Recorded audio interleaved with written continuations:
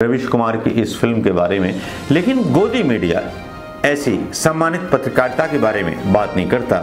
एक ऐसा सच्चा पत्रकार जिस पर टोरंटो में एक फिल्म बना करके डाली जाती है और वो सुपरहिट हो जाती है, वो केवल रवीश कुमार हैं। ऐसा करिश्मा केवल रवीश कुमार।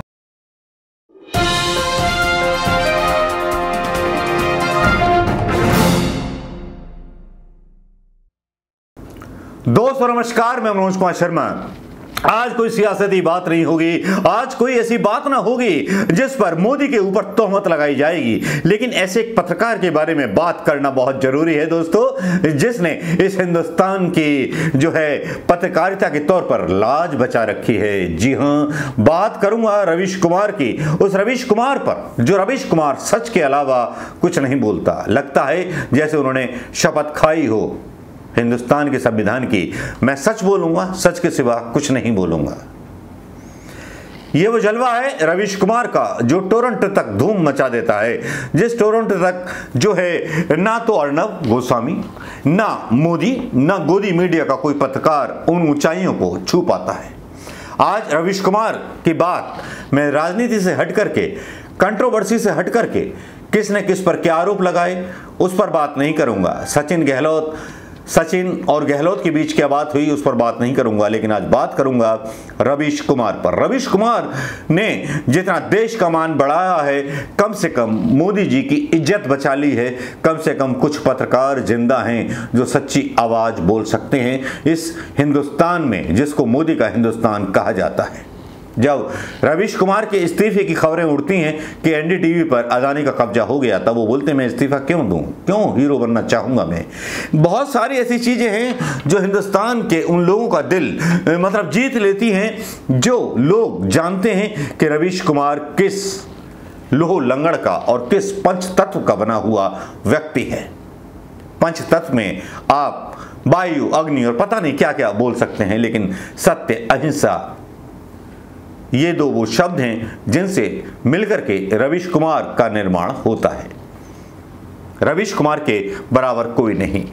चर्चा होती है वाइल्ड विवाद, नमस्कार मैं रवीश कुमार, ये उनका लोगो है रवीश कुमार का। आज रवीश कुमार, क्योंकि मैं उनको अपना गुरु मानता हूं, गुरु भी इसलिए एकलव्य की तरह, क्योंकि मैं एकलव्य भी नहीं हो सकता, बस उनका एक फॉलोअर हो सकता हूं। लेकिन जब उनके बारे में जो खबर डाली जाती है और बाकी के यूट्यूबर्स, पत्रकार उनको भुला देते हैं, तब मुझे लगता है कि मुझे रवीश कुमार के बारे में बोलना चाहिए।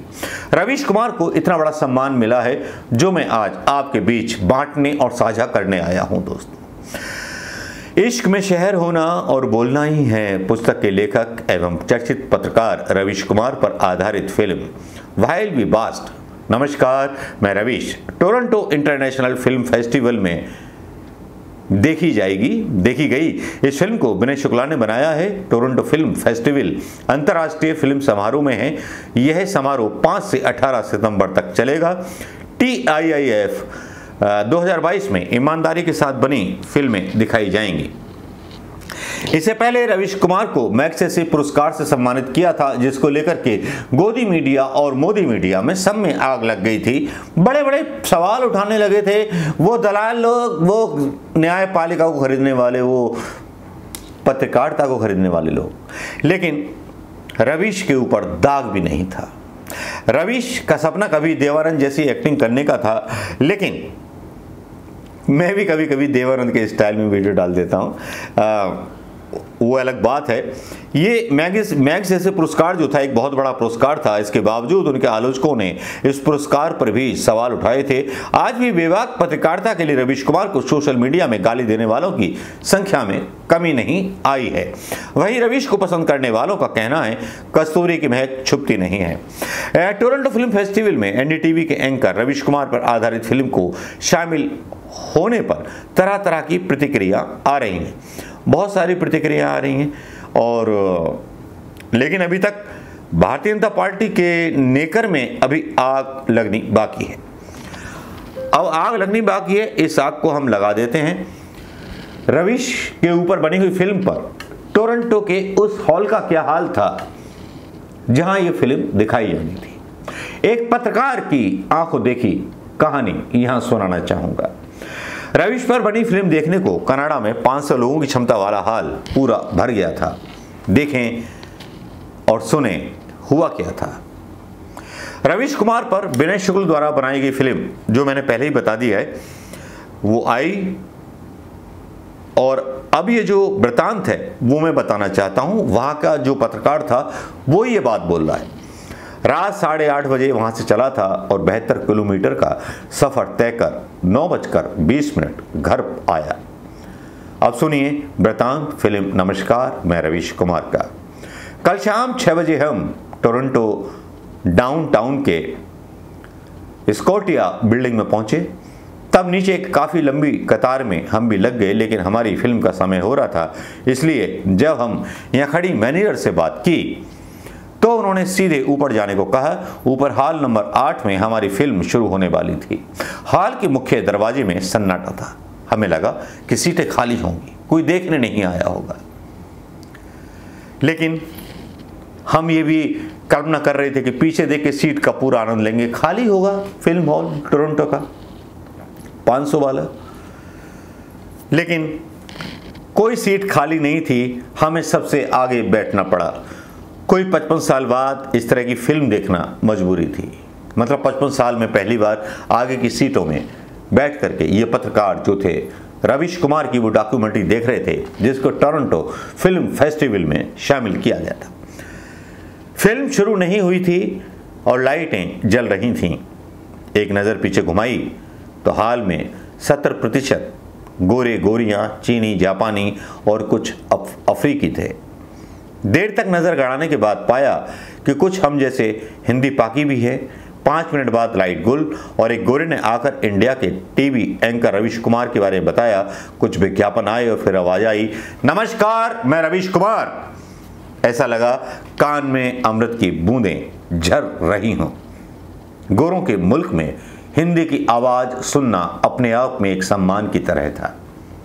वो मोदी की तरह, उन भाषणों की तरह नहीं था जिसमें मोदी का मीडिया ये बताता है कि मोदी जी गौरव बन गए, लेकिन एक पत्रकार एक गौरव बनाता हुआ जरूर दिखाई दिया, जो सच के साथ खड़ा हुआ था।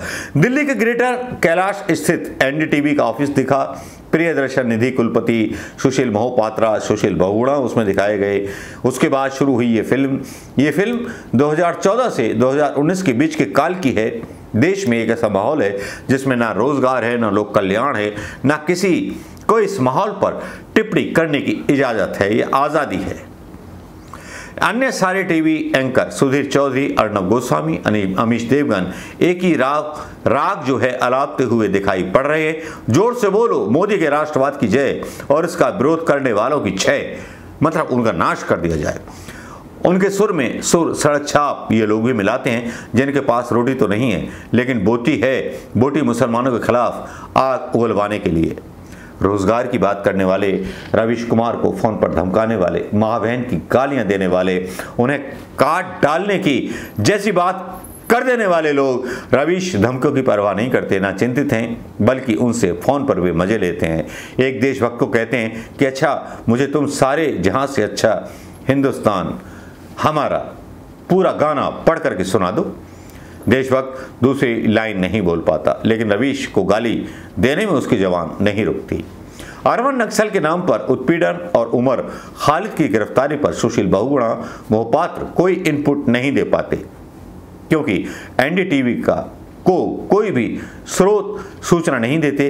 लेकिन सुधीर और अर्नब दे दनादन इन राष्ट्रद्रोहियों के उनके किए हुए सजा के लिए सरकार से सजा मांगते हैं। पहलू खान और नोएडा की घटना पर सौरभ शुक्ला उन लोगों से बात करते हैं जिन्होंने गाय का मांस घर पर रखने में जुर्म के नोएडा में इसहाक को मार देते हैं। पुलिस उन्हें बचा लेती है, लेकिन सौरभ के कैमरे पर मुजरिम खुद कहते हैं कि हमने जो किया वो उस पर हमें गर्व है, तब मजबूरन पुलिस को उन पर कार्रवाई करनी पड़ती है। पुलवामा हमले पर सुधीर, अर्नब, अमीश इसे पाकिस्तान की करतूत बताते हैं, तब रवीश कुमार सीआरपीएफ के जवानों के परिवार के साथ संवेदना जाहिर कर रहे होते हैं। सर्जिकल स्ट्राइक को जब बाकी के टीवी एंकर मोदी है तो मुमकिन है कहकर के फूहड़ प्रलाप कर रहे होते हैं, तब रवीश बताते हैं कि अब पुलवामा से लेकर उड़ी तक सब साफ है कि हुक्रमा चाहते क्या हैं। हमें ये तय करना है 2019 में हमें क्या निर्धारित करना पड़ेगा। सीधे सीधे मोदी की नीयत पर सवाल उठाते हैं। संतोष सिंह एक पत्रकार हैं, वो लिखते हैं, मैं रवीश कुमार अब ये शब्द टीवी स्क्रीन से निकलकर 70 mm के पर्दे पर पहुंच गया है। जी है, आज भारतीय समय अनुसार सुबह 3 बजे रवीश कुमार की पत्रकारिता जीवन पर आधारित फिल्म टोरंटो फिल्म फेस्टिवल में रिलीज हो गया। हिंदी पत्रकारिता के लिए और हिंदी माध्यम से पत्रकारिता करने वाले पत्रकारों के लिए ये बेहद ही गौरव का क्षण था। उम्मीद करते हैं ये फिल्म भारत के सिनेमा हॉल में भी जल्द देखने को मिलेगी। शुक्रिया रवीश कुमार। उम्मीद करते हैं ऐसे लोगों जिनकी लड़ाई आप चिट्ठी छांटने के दिन से लड़ रहे हैं वो फूले नहीं समा रहे, लेकिन वो अपनी इस खुशी को अपने पति के सामने, पिता के सामने, भाई के सामने और परिवार और नाते रिश्तेदारों के सामने खुलकर व्यक्त नहीं कर पा रहे हैं क्योंकि इनकी आदत में शुमार नहीं है। वैसे रवीश अब बहुत हुआ, कुछ दिन अपनी ज़िंदगी भी जी लीजिए क्योंकि ज़िंदगी रंगमंच है। यहाँ हर एक को नाटक करना पड़ता है। माचिस की ज़रूरत यहाँ नहीं पड़ती, यहाँ आम आदमी से जलता है। बहुत सारे रिएक्शंस आते हैं रवीश कुमार की इस फिल्म के बारे में, लेकिन गोदी मीडिया ऐसी सम्मानित पत्रकारिता के बारे में बात नहीं करता। एक ऐसा सच्चा पत्रकार जिस पर टोरंटो में एक फिल्म बना करके डाली जाती है और वो सुपरहिट हो जाती है, वो केवल रवीश कुमार हैं। ऐसा करिश्मा केवल रवीश कुमार ही कर सकते हैं और कोई नहीं कर सकता। रवीश कुमार के अलावा किसी और की कल्पना करना बेकार है क्योंकि रवीश ही वो है जो मोदी का गिरबान पकड़ सकते हैं। रवीश ही वो है जो अमित शाह का गिरबान पकड़ सकते हैं क्योंकि रवीश ही वो है जो गुजरात के दंगों पर सवाल इस सरकार से पूछ सकते हैं ईडी आईडी के डर के बिना, क्योंकि उनके ऊपर ईडी आईडी का कोई केस इसलिए नहीं लगता है क्योंकि वो रिश्वत या कोई गलत पैसा नहीं कमाते हैं। ईडी आईडी को रवीश कुमार के खिलाफ कोई सबूत नहीं मिलते हैं। नमस्कार, जय हिंद दोस्तों।